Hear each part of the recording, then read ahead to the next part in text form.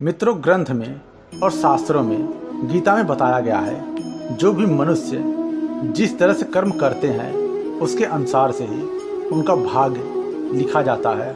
और यह भाग्य कब लिखा जाता है? जैसे आपने पिछले जन्म में जो भी आपने कर्म किए हैं, वह कर्म के अनुसार ही जब आपका जन्म होने लगता है तो उसके अनुसार से ही आपका भाग्य लिखा जाता है। यहाँ पर सब कुछ आधारित करता है आपके ऊपर, जिस तरह से आपने अपने पिछले जन्म में कर्म किए हैं उसके अनुसार से ही आपका भाग्य लिखा जाता है। आपने बुरे कर्म किए हैं, फिर आपका यह जो जन्म होगा उसमें आपका बुरे कर्म के अनुसार से ही भाग्य लिखा जाएगा। और उस भाग्य में आपको दुख परेशानी अत्यधिक होगा, क्योंकि जो आपने पिछले जन्म में जो पाप दोष कर्म किए थे उसका भुगतान इस जन्म में आपको भोगना पड़ता है।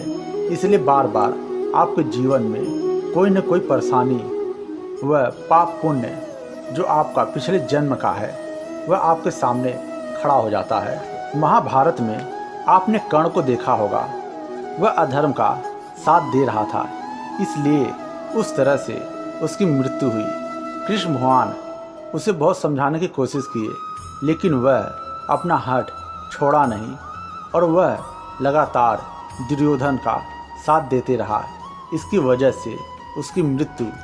और आपने महाभारत में भीष्म पितामह को देखे होंगे, उन्होंने अधर्म का साथ दिया, इसलिए उनकी मृत्यु इस तरह से हुई। यहाँ पर कर्म और भाग्य खुद लिखा जाता है।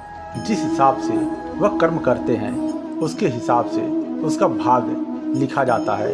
उसके अनुसार से उसके जीवन में परिवर्तन होते रहते हैं, उतार चढ़ाव आते रहते हैं। यहाँ सब कुछ निर्धारित करता है आपके कर्मों के ऊपर। आप महाभारत में पंचाली को देख लें, आपके कर्मों के अनुसार से ही आपका मोक्ष का मार्ग लिखा जाता है। मनुष्य इस समय इतने भौतिक में उलझ गए हैं कि उन्हें यह पता नहीं चल पाता है कि मैं क्या सही कर रहा हूँ या फिर गलत कर रहा हूँ।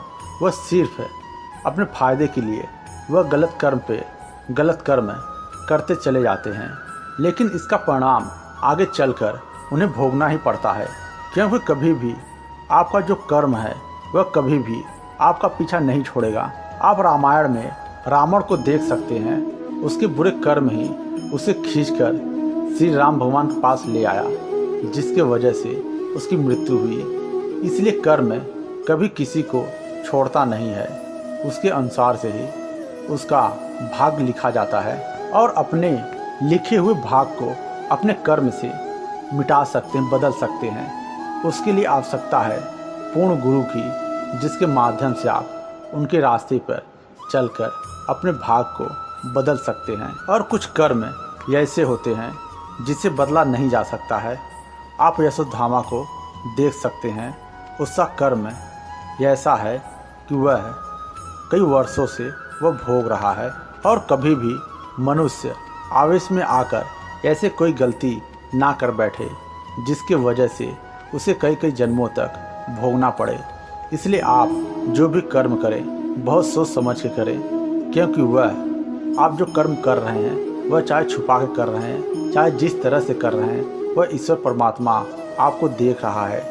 उसके अनुसार से ही आपका आने वाला जीवन वह उस कर्म के ऊपर आधारित करता है। ऐसी जानकारी आप सभी के लिए ग्रंथों के माध्यम से लाते रहेंगे। ये ऐसी जानकारी प्राप्त करने के लिए चैनल को सब्सक्राइब करें, बेल घंटी को बजाकर ऑल करें, जिससे जो भी वीडियो मैं इस चैनल पर डालूं उस वीडियो का नोटिफिकेशन आपके पास पहुंचे। जय श्री कृष्णा।